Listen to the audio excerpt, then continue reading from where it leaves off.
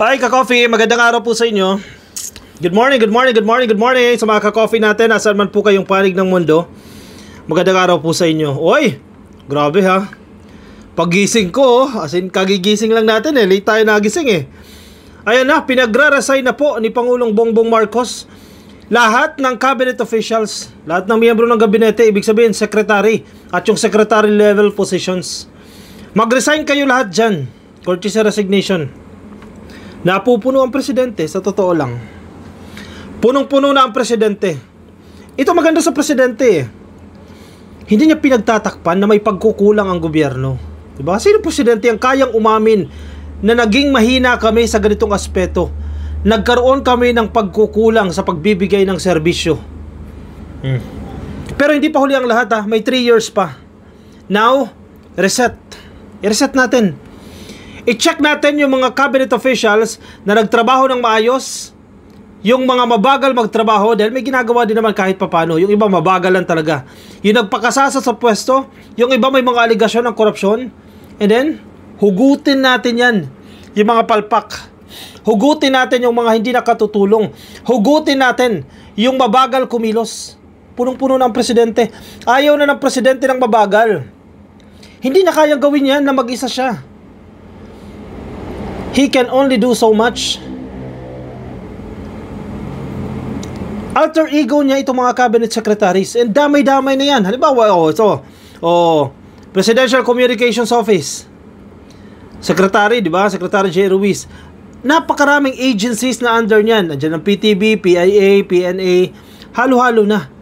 So, hindi kaya lahat ng presidente yan na manduhan ng bawat ahensya na attach doon sa posisyon. So malaking factor dito yung mga kalihim ng kagawaran. Halimbawa, DENR, ang daming attached agencies niyan eh, di ba? DILG, napakalawak niyan. DSWD for instance, napakalawak niyan. Kailangan ibinigay ka diyan, pinagkatiwalaan ka, magtrabaho ka ng maayos. Hindi kaya ng presidente yan. General direction ang ibibigay ng presidente and definitely he will not micromanage. Maganda tong ginawa ka, Coffee ha. Marami nagulantang. Actually, may pahiwatig ang presidente dito sa podcast nila ni Katon Ying eh, no? Tinanong ni Katon Ying, may matatanggal bang cabinet position o cabinet official? Pwede, ayan na. Meron na nga. For sure, of all these cabinet officials, hindi naman lahat mare-reject itong courtesy resignation. Meron at meron dyan ma-accept itong courtesy resignation. Ibig sabihin, may mga mapapalitan. Kasi hindi naman gagawin ng presidente yan eh.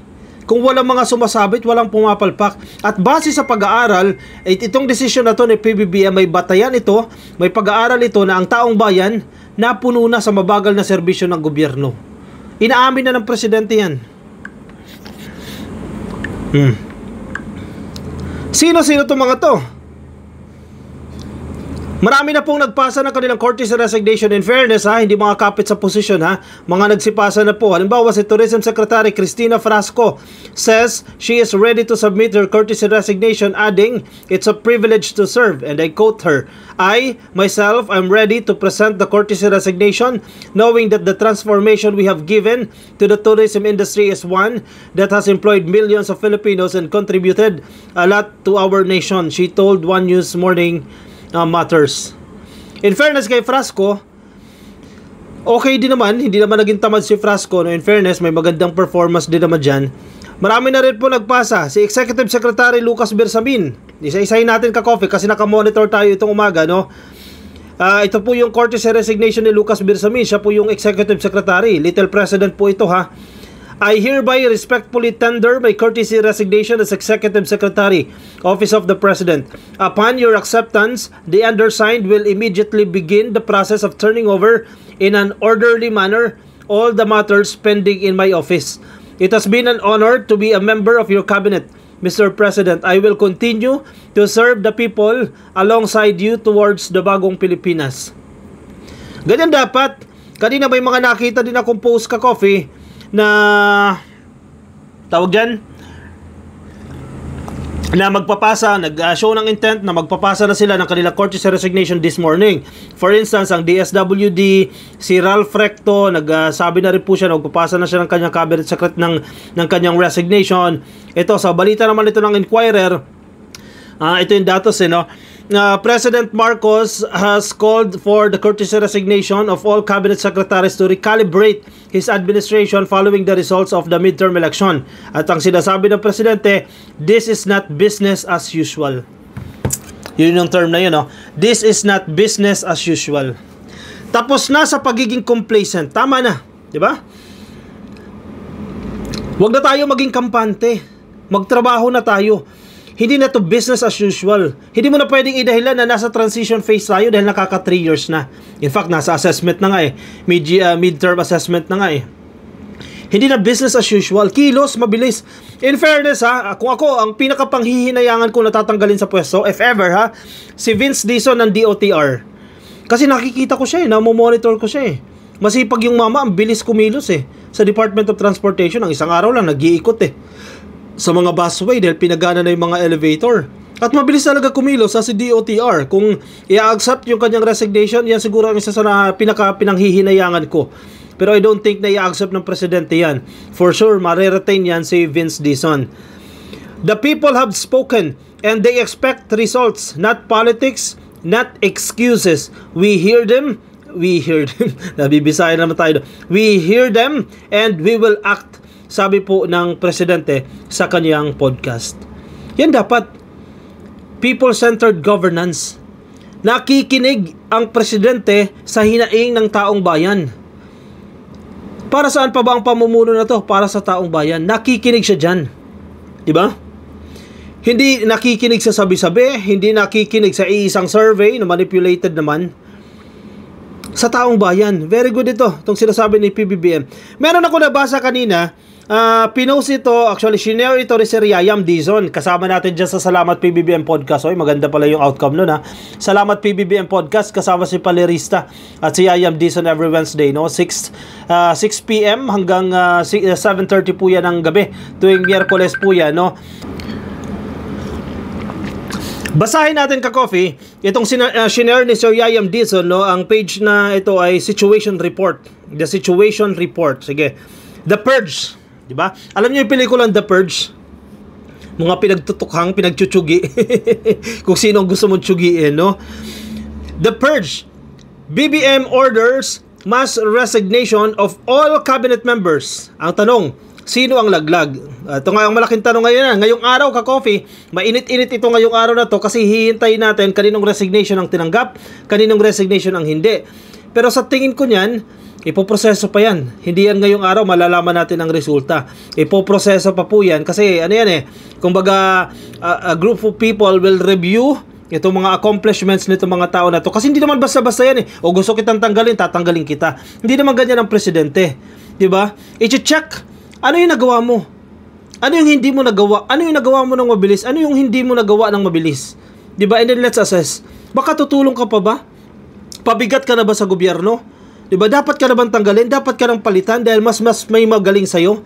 I-assess pa yan.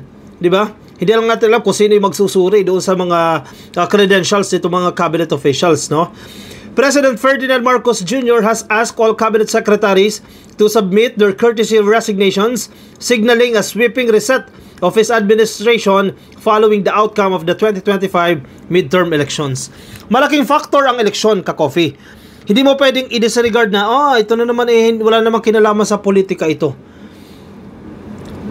Kasi, ang nakarating sa atin, after nitong result ng eleksyon, ang presidente, naggawa ng pag-aaral, assessment yan, bakit ganito yung nangyari?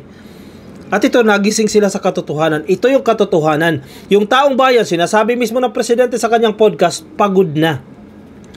Longing for government service. Ibig sabihin, may nagkulang.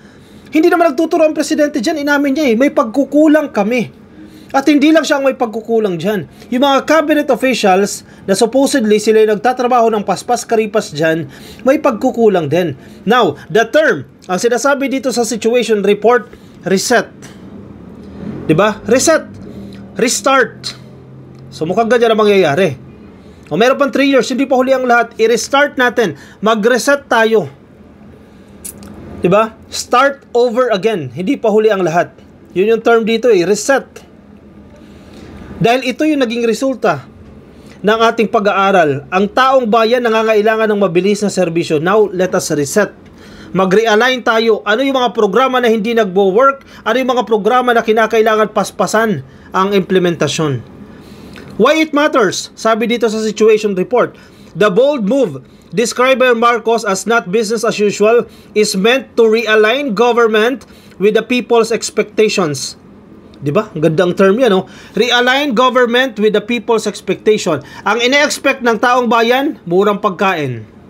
Now, yung mga programa ba, i-address niya ba? Susolusyonan niya ba yung problema natin sa mataas na presyo ng pagkain? Baka hindi. Now, let us realign.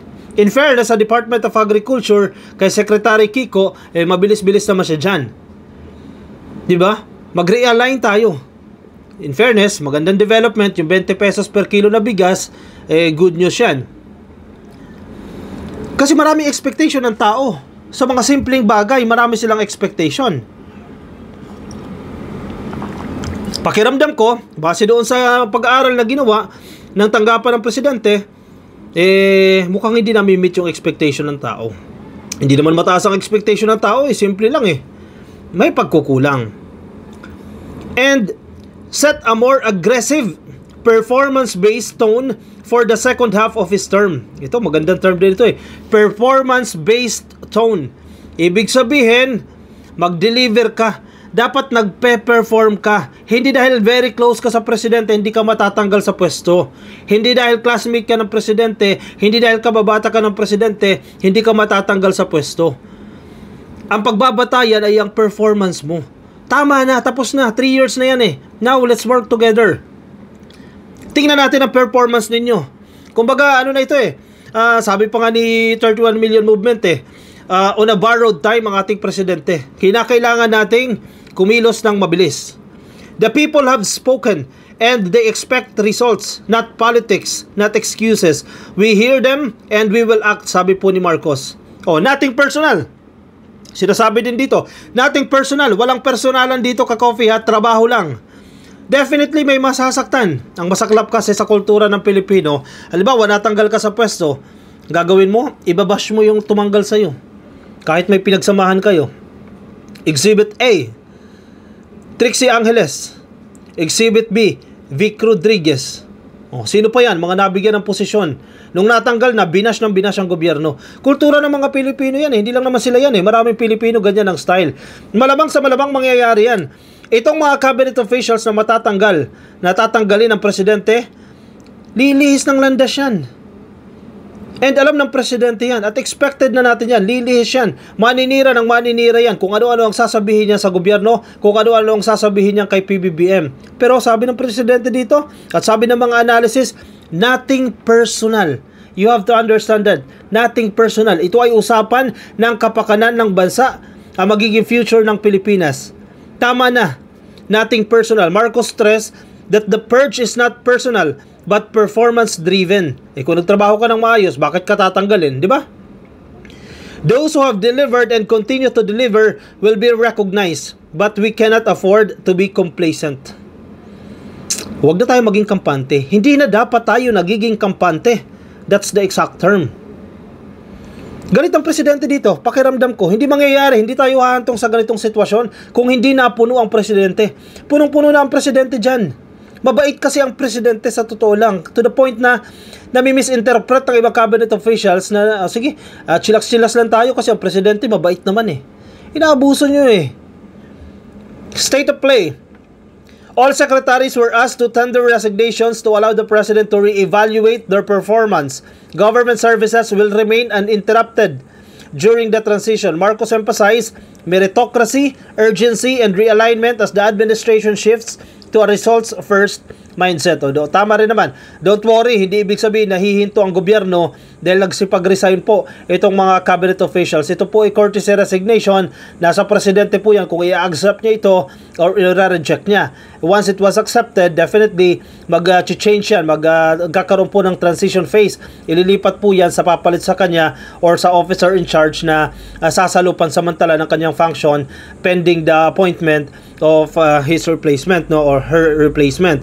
So hindi po mai-interrupt naman ang gobyerno dyan. Between the lines, sources say the shake-up follows internal dissatisfaction over sluggish program execution and lingering factionalism among top officials. In fairness dito sa kayo, sa The Situation Report, yung Facebook page na to, correct, ang pinupunto nyo dyan, from within, internally ka-coffee, among the cabinet members, meron din pong faction. Ibig sabihin, may mga hindi rin po nagkakasundo-sundo. Diba? May kanya-kanyang, kasi ganyan talaga ka-coffee sa gobyerno eh. May mga kapangyarihan dyan eh. Pag ang tao nabigyan ng kapangyarihan eh, gusto mo, kanya lahat eh. Diba? Kanya-kanyang sip-sip yan, kanyang-kanyang dikit yan sa presidente, kanya-kanyang dikit sa first lady. Ganyan naman sa politics. Tingnan mo, from within, may factionalism bukod doon sa mabagal o palpak na implementasyon ng mga programa.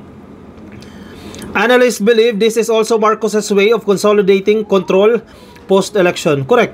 Sino bang on top? Presidente pa rin. Diba? Siya pa rin ang may say dyan. No one else. What to watch out for? Who gets reappointed and who gets axed? Sino yung matatanggap ang resignation? Sino ang marereject ang ang resignation? Ang bottom line, Marcos's purge marks a clear shift to legacy setting. Marcos wants a cabinet that delivers, not delays. As the president puts it, the time for comfort zone is over. Tama na. Tapos na. Magtrabaho na kayo or else tsugiin ko kayo dyan. Tanggalin ko kayo sa pwesto. Wala tayong magagawa eh. Kapakanan ng gobyerno, kapakanan ng Pilipinas ang pinag-uusapan natin dito. Again, nothing personal. Ang taong bayan nagdi-demand, ito kailangan nyo gawin. Ito ang kailangan namin, pero hindi nyo nagawa. Matapang ang gobyerno, matapang ang administrasyon, humble enough si PBBM para akuin yan.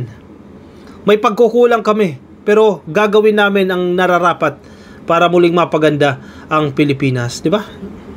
Sinong presidente kayang gumawa niyan? Yung iba dyan, itatago lang nila yan. Di ba? Para hindi mabulgar, itatago nila yan. Pero si presidente, naglakas ang loob siya dyan. Lumabas siya at sinabi niya, ito yung pagkukulang namin. Ito yung problema. Anong sa inyo dyan ka-coffee? Sige, baka may mga gusto kayong sabihin. Lagay dyan sa ating comment section, no? Para mabasa po yan ng iba nating mga ka-coffee. Samantala, gusto ko pong magpasalamat sa mga nanood kahapon ng Salamat PBBM Podcast. Every Wednesday ka-coffee. Ayan, para maiba naman tayo, no? May podcast po tayong binuo. Every Wednesday po yan. Alas 6 po ng hapon hanggang alas 7:30 po ng hapon. Podcast, Salamat PBBM Podcast. Kasama po natin dyan si Palerista TV at si Sir Yayam Dizon. Yayam Dizon, yan, nasa Facebook po siya. Yayam Dizon, magaling din po yung kanyang mga analysis. At of course, kilala nyo naman si Palerista TV. Sikat po yan sa Facebook, no? At of course, ang inyong lingkod, si Ka-Coffee. Kasama din po natin dito, ang ating executive producer dito, si 31 Million Movement. Kung nasa Facebook po kayo, kilala nyo rin po yan. 31 Million Movement, of course, kay Kuya Germs Estrada. Thank you rin po sa inyong suporta. Every Wednesday po yan, Salamat PBBM Podcast. Pag-usapan natin yung mga ginagawa ng administrasyon kasi marami magagandang programa. Kahapon lang sa ating pilot episode, no? Marami tayong mga napag-usapan dyan ng magagandang programa na hindi natin alam. In fact, ako din, I was surprised sa ibang mga revelation ni Sir Yayam na ganito pala, may ganyang programa pala, hindi ko alam, di ba? Mismong tayo, hindi natin kabisado, hindi natin alam lahat ang magagandang ginagawa ng gobyerno. So pag-usapan natin yan every Wednesday. Salamat PBBM, yung kanyang mga proyekto na nakatutulong na sa taong bayan, di ba? Every Wednesday, tutok po kayo. Salamat PBBM. O siya, sige.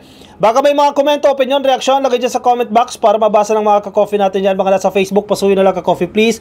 Follow na po kayo sa Facebook. Mga nasa YouTube, click lang po na subscribe. Nasa TikTok, subscribe na rin po kayo. I'll see you ka-coffee in my next video. Paalam po. Bye-bye.